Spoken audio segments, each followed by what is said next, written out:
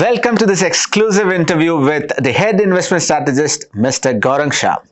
Today, we delve into the dynamics of the stock market in context with the upcoming election results. Join us as we navigate these crucial topics with Gaurang Shah and uncover valuable advice for investors during this pivotal time. Welcome, Mr. Gaurang. Earlier, the market expected the NDA to come into power with good majority. However, there are now rumors that it won't be an easy walkover for NDA. If the NDA does not come into power, how will the market react?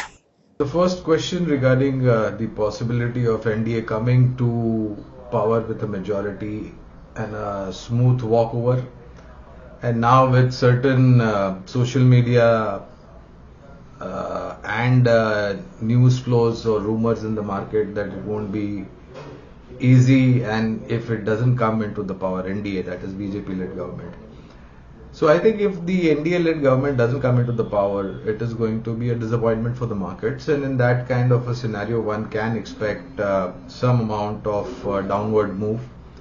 That downward move can be of a larger percentage-wise and point-wise, given the kind of elevated levels with respect to the markets currently trading near to all-time highs, and given the all-time highs, if and a possibility of the NDA-led government not coming to power, you can expect maybe 5, 10, 15% downward move, depending upon what the exact number is in terms of total number of seats that BJP-led NDA gets and how many seats does the opposition party get. So it's all going to be a number game, and the downward reaction on the markets would be decided by how many seats has NDA failed to get the majority. So it will depend, but yeah, the move can be anywhere in the range of 5, 10, 15% or more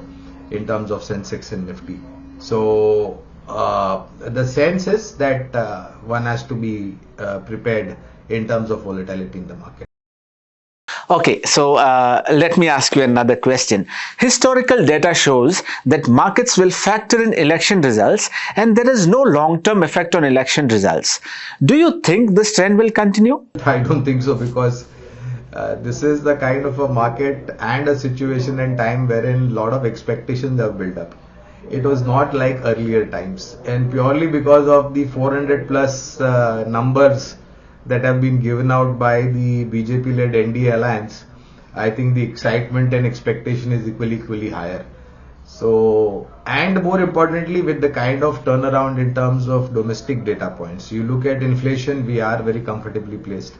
In terms of GDP growth, we are one of the best performing economies. In terms of interest rates, for the 7 consecutive credit policy, there is a pause, and there is a large possibility of interest rate cuts happening possibly in the second half of 2024 or early 2025.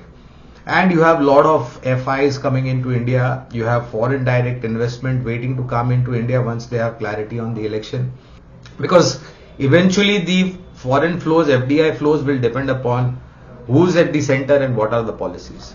So I don't think that the markets have factored in the election result. I think there is going to be more reaction from the market as far as the election outcome is concerned. And this time it is, again, there is a lot of noise from the ruling alliance, and there are a lot of counters to that statements and announcement from the opposition alliance. So it will be interesting to see. And more importantly, friends, the last phase of election is on 1st of June, which is a Saturday. On that day, on that very day, 1st of June, from I think 5 o'clock or 6 o'clock onwards, you will have the exit poll on Saturday. And the market reaction to that exit poll is going to be on 3rd of June, which is a Monday. And on the 4th of June, we will have the official announcement from the Election Commission as far as this election process is concerned. So it's going to be a very interesting next week, Monday, Tuesday, and I would again say just fasten up your seat belts, because the ride could be very choppy depending upon which way the numbers go.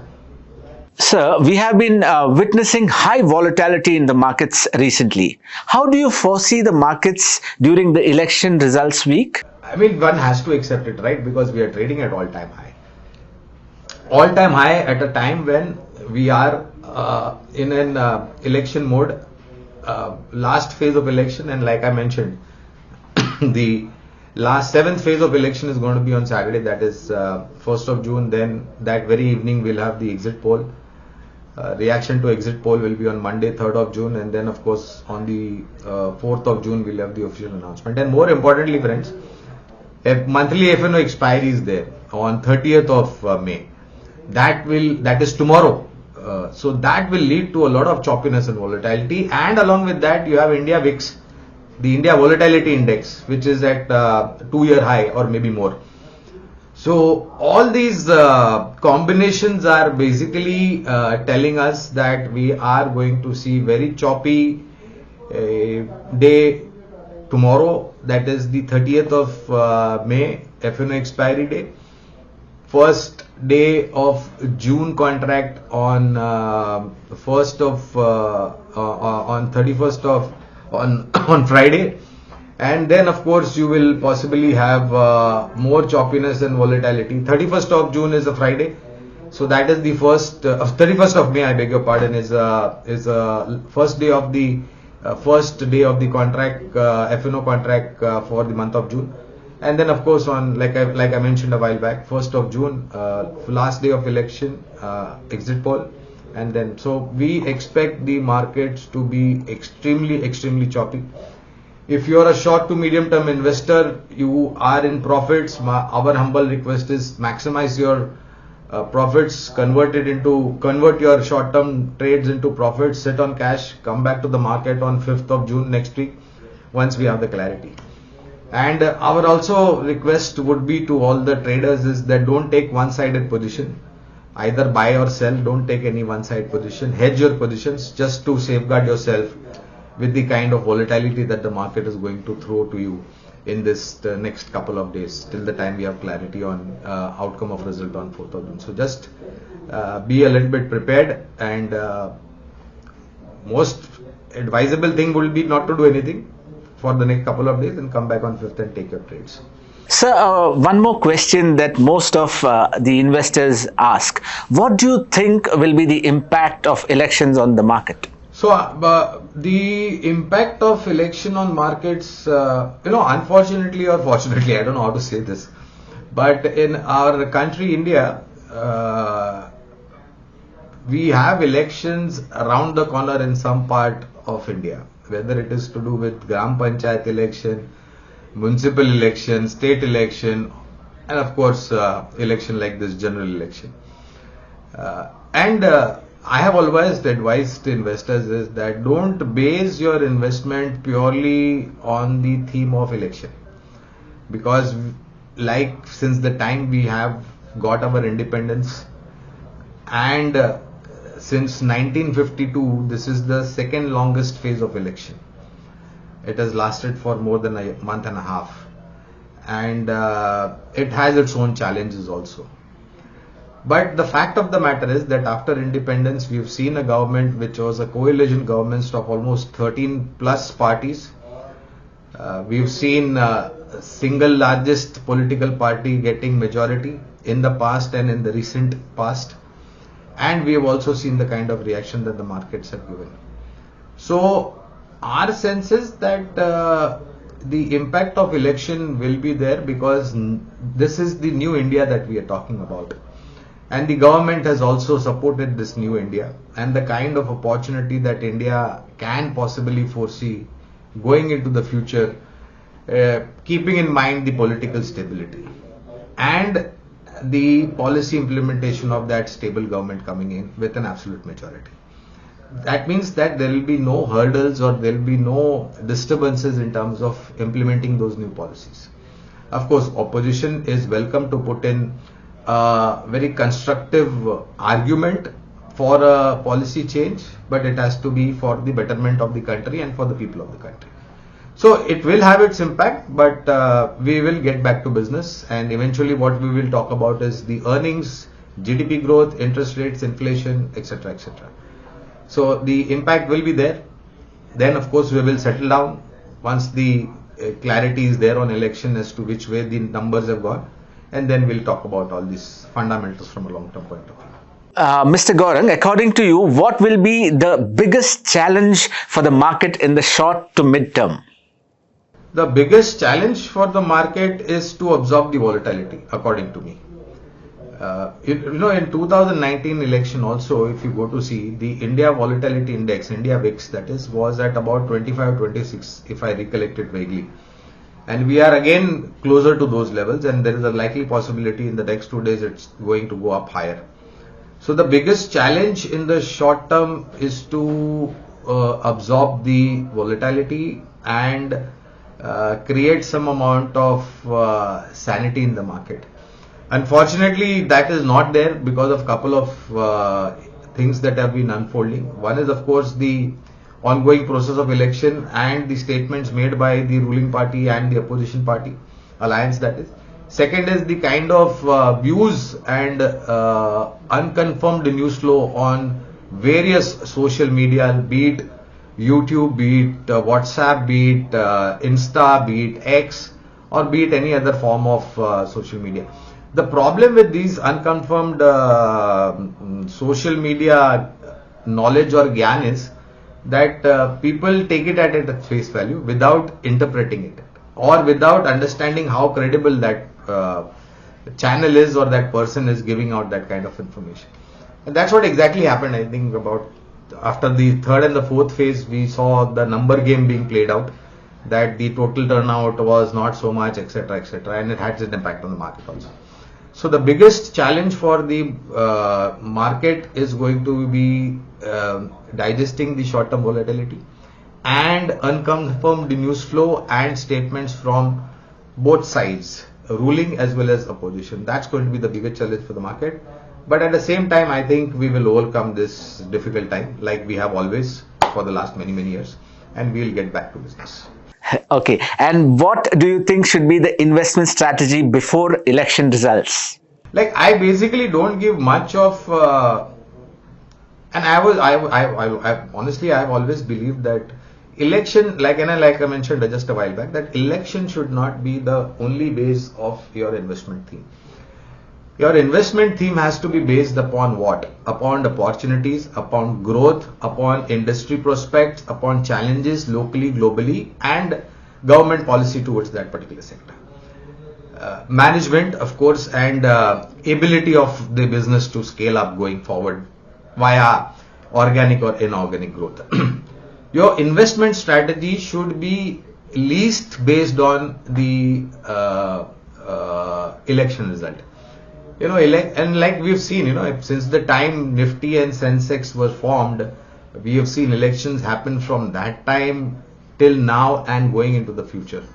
So if you are going to base your investment strategy based only on election results and outcome, then you will be, you will keep on jumping from one sector to another, and eventually will not end up making anything or gaining anything from your investments in the stock market if you are going to purely base your investment strategy on election result. Elections are also relevant and important for the equity market because that will possibly draw down the growth trajectory in the most likely future to come by. And like I mentioned, if you have a stable government, that it is equally easy for that government to implement policies and take it forward from here. So don't base your investment strategy only on election result. You have to give more relevance, more importance, more weightage, more credibility to where you are investing, for which sector you are identifying, which is the company within that sector you are identifying, what is the contribution of that particular company over the last couple of years, who's the management behind it, what are the businesses or what are the products that this particular company has, how much of market share it has, what is the kind of competitive advantage it has compared to its peers, etc., etc. So only giving importance to election result and investing strategy, I don't think it is prudent. You have to take other things also. And according to my experience or our experience, elections will come and go, market will do what it has to do. That's the simple one-line answer to this particular question. Thank you so much for that advice. And just to ask you one last question before we move on. What are the sectors to invest before the results? So, sectors to invest before result. Again, it's a very short-term question. So, I will not say that invest in XYZ sectors before election result, because fundamentally we analyze sectors and companies, and we also take into consideration election outcome and its impact on various sectors. So, from a long-term perspective, we believe in case if the market has to throw in volatility for the next couple of days, defense, auto, FMCG, cement, hospitality sector, IT sector, power, railway related power generation, that is power generation sector, railway related, Indian Railways related companies, and infrastructure companies. So this is a broad basket of about 7 or 8 sectors which you can keep your focus on, and as and when the market throws in volatility and opportunities, start with the large cap and then possibly look at strong mid cap names from a long term perspective.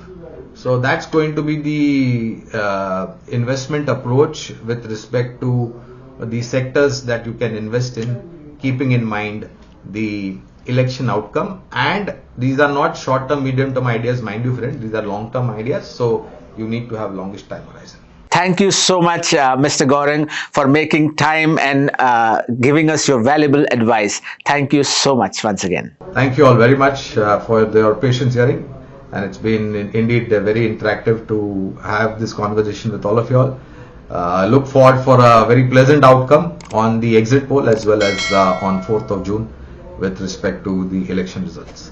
All the best.